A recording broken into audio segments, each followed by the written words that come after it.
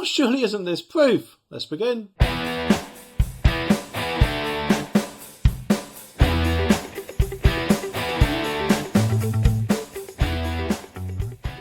I'm sure you've heard the term economic migrants, and if you haven't, that is someone who basically comes over to the UK, not because they're actually fleeing war or whatever crap they come out with, that is purely to come over here to get money and in many cases send it back home, rather than the reasons why they say. But now, it seems that for many of them, they want to actually have their cake and eat it, because according to this article, migrants apparently claiming to be asylum seekers have tried to, wait for this, pop home for Christmas. It just takes the mickey, isn't it? How can you say that you're fleeing war and then want to go back there for Christmas? I mean, surely doesn't that just scream, my claim isn't valid or something like that? And in which case, the government should actually deny their claim once this has been found out. It's just absolutely ridiculous, isn't it?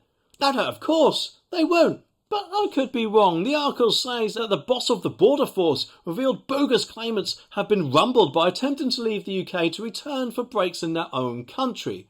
Thousands of economic migrants tried to claim asylum within the UK, saying they would be persecuted if they are booted out of Britain, and their claims have often taken to court after being rejected, of course, by the Home Office. And stunned, apparently, border officials say that exit checks on some travellers mean they let slip their dud claims by trying to go home. Border Force Director General Phil Douglas apparently told LBC Radio, "We do find a lot of people who have claimed asylum in this country who are heading back to their own country for holidays, which obviously isn't allowed."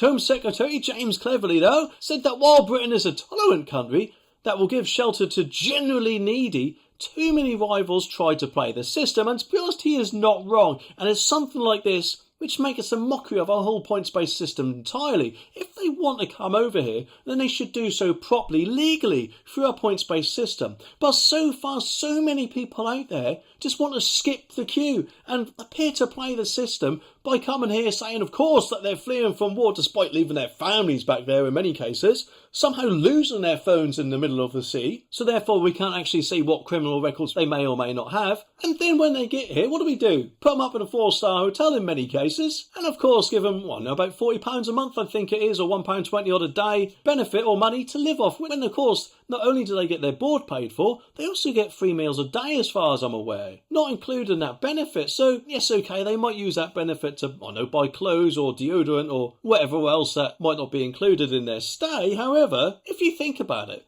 if they've got enough money to pay someone like a people smuggler to come over here, then surely they would at least have enough money to buy those things themselves, wouldn't they? And yes, I know, they'll say, I don't pay no people smuggler, but the fact remains, doesn't it? Unless you're a total a-hole, you are not going to leave your family behind in a war-torn country, are you? And at the end of the day, anyone actually coming from France, in my opinion, can't be fleeing from war anyway, because France, as far as I'm aware, is not actually at war. And yes, some people out there will say, well, they might not want to stay in France, but at the end of the day, beggars can't be choosers, can they? Surely. Nigel Farage, from what I heard recently, said on GB News that many of them out there regard us as Treasure Island. And let's face it, if they think they can just apply for asylum here and just pop off home for Christmas and come back and just see how their claim is going on, I think that's more than likely taking a pee, isn't it? And as I said in this video, Rishi is actually giving in on something which I'm sure would stop many people from coming over here. So well done, Rishi. I'm guessing that's basically sealed your fate at the next election, eh?